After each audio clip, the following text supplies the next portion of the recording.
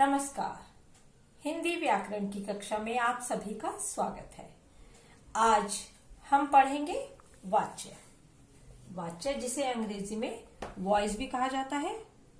तो यदि हम वाच्य का अर्थ देखें तो वह है बोलने का विषय, अर्थात क्रिया के जिस रूप से पता चलता है कि उसका प्रधान कर्ता, प्रधान विषय कर्ता है अथवा कर्म है या भाव है, उसे हम वाच्य कहते हैं।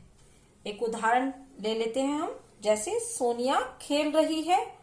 अब इस वाक्य में खेलने का जो मुख्य विषय है वह सोनिया है अर्थात कर्ता है, तो यहाँ पर कर्तृवाच्य हुआ।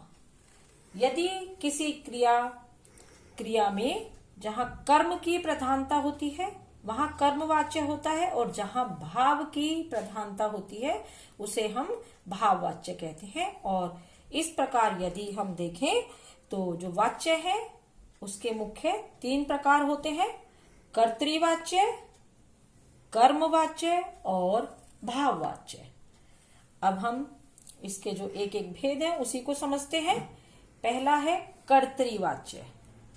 कर्तृवाच्य में कर्ता की प्रधानता होती है, जैसे अभी हमने उदाहरण लिया था सोनिया खेल रही है। अन्य उदाहरण ले लेते हैं कि जैसे राजीव पुस्तक पढ़ता है। इस पढ़ना यहाँ पर क्रिया है, पढ़ क्रिया है, तो उसको करने वाला कौन है?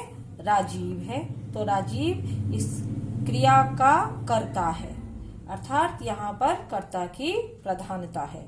तो सबसे पहला यही इसकी पहचान है कि जिन वाक्यों में कर्ता अर्थात काम को करने वाले की प्रधानता होती है वहां कर्तृवाच्य होता है। अब इसमें जो क्रिया होती है वह क्रिया सकर्मक भी हो सकती है और अकर्मक भी। सकर्मक और अकर्मक जब हमने पद परिचय पाठ पढ़ा था तब भी जाना था, और जब हमने क्रिया का पाठ पढ़ा था तब भी जाना था कि जिन क्रियाओं में कर्म की आवश्यकता होती है, अपेक्षा होती है, वे क्रियाएं सकर्मक कहलाती हैं, और जहां कर्म की अपेक्षा ना हो वे क्रिया अकर्मक कहलाती हैं। अब जो इसकी तीसरी पहचान है कर्तृवाच्य की, कि कर्ता के साथ ने विभक्ति का प्रयोग किया जाता है, पर ऐसा आवश्यक नहीं है। ने क्रिया जो ने विभक्ति का जो प्रयोग है वह हो भी सकता है और नहीं भी हो सकता।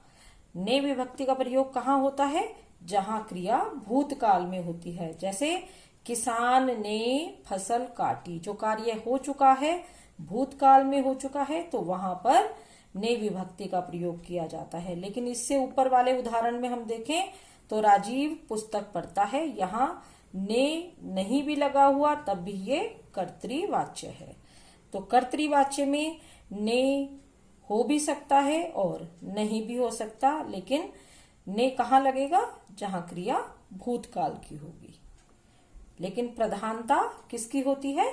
कर्ता की प्रधानता, उसमें करने वाला ही प्रमुख होता है। अब बढ़ते हैं हम कर्मवाच्य की ओर।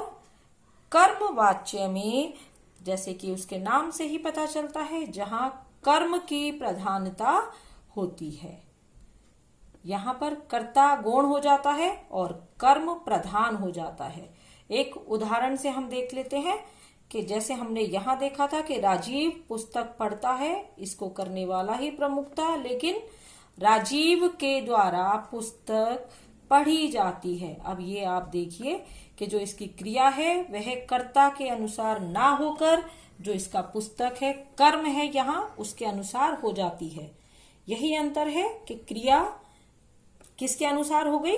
कर्म के अनुसार, कि राजीव के द्वारा पुस्तक पढ़ी जाती है, तो यहाँ पर कर्म प्रधान है, इसलिए कर्मवाच्य हो गया। अब इसमें और किन किन बातों का ध्यान रखा जाता है कि एक तो हो गई कि कर्म की प्रधानता होती है, दूसरा है कि जो क्रियाएं हैं वे सकर्मक होंगी, क्योंकि यदि कर्म ही नहीं होगा तो वहां कर्मवाच्य कैसे हो सकता है? तो क्रियाएं सकर्मक होंगी जहां पर कर्म होगा। इसके साथ ही जा धातु का प्रयोग होता है, जैसे यहाँ पर आया है जाती है, तो जा धातु हो गई और साथ में जो कर्ता है उसके साथ में या तो से का प्रयोग होगा या से के द्वारा का प्रयोग किया जाएगा। केवल द्वारा भी हो सकता है, द्वारा या से का प्रयोग कर्ता के साथ किया जाएगा। यदि हम उदाहरण देखते हैं तो देखते हैं कि राजीव के द्वारा पुस्तक पढ़ी जाती है। अब जो राजीव है उसके कर्ता है, के द्वारा लग गया, कर्ता के साथ हमने बताया था, यही इसकी पहचान होती है। साथ में और क्या पहचान बताई कि क्रिया सकर्मक होगी और वहां पर कर्म भी होगा। तो इस वाक्य में पुस्तक क्या है, कर्म है और के द्वारा आ गया, इस कारण यह है क्या हो गया, कर्मवाच्य। यदि हम इस उदाहरण को फिर से देखते हैं कि किसान ने फसल काटी, ठीक है, और यदि हम इसी को कर्मवाच्य में बदलें, यहां पर फसल क्या है, कर्म है, तो किसान के द्वारा फसल काटी गई। अब यहां पर किसान गौण हो गया, प्रमुख क्या हो गई, फसल हो गई। जो क्रिया है वह किसान के स्थान पर फसल पर आधारित हो गई, ठीक है। तो क्रिया किसके अनुसार हुई, कर्म के अनुसार। तो जहां क्रिया कर्म के अनुसार हो जाती है वहीं कर्मवाच्य होता है।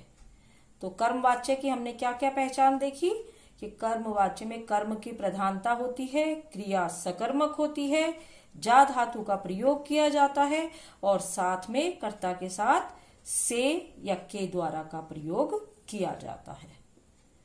अब बढ़ते हैं हम वाच्य के तीसरे भेद यानी कि भाववाच्य की ओर। भाववाच्य में भी देखें तो यहां भाव की प्रधानता होती है और जो क्रिया है वह सकर्मक ना होकर अकर्मक क्रिया होगी। कर्मवाच्य और भाववाच्य में यही अंतर होता है कि यहाँ क्रिया सकर्मक होती है लेकिन भाववाच्य में क्रिया अकर्मक होती है। यहाँ भी जा धातु का प्रयोग किया जाता है और कर्ता के साथ से या के द्वारा का प्रयोग भी कर्मवाच्य की तरह ही किया जाता है, लेकिन इसमें जो क्रिया होती है वह अकर्मक होने के साथ साथ सदा ही एक वचन और पुल्लिंग में जिसका प्रयोग किया जाता है। जैसे हम उदाहरण देख लेते हैं, हिरण से दौड़ा जाता है। अब आप देखिए, पहले तो हिरण से लगा हुआ है और दौड़ना अकर्मक क्रिया है, ठीक है, और साथ में ही जा धातु भी आ गई है। तो यहां हो गया भाववाच्य। मुझसे सहा नहीं जाता, मुझ के साथ से आ गया, जैसे कि यहां बताया गया है। सहा सहना अकर्मक क्रिया है और नहीं जाता तो जा धातु आ गई है।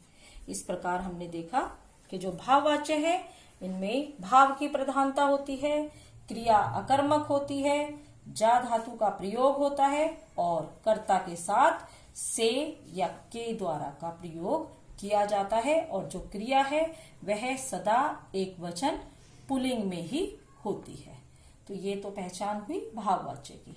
तो बच्चों, आज इस वीडियो में हमने वाच्य के बारे में जाना। अगली जो वीडियो होगी उसमें हम देखेंगे कि हम कर्तृवाच्य से वाक्यों को कर्मवाच्य और भाववाच्य में किस प्रकार बदलते हैं या कर्मवाच्य और भाववाच्य से हम जो वाक्य हैं उनको कर्तृवाच्य में कैसे बदलते हैं। तो आज के लिए इतना ही। धन्यवाद। शुभ दिन।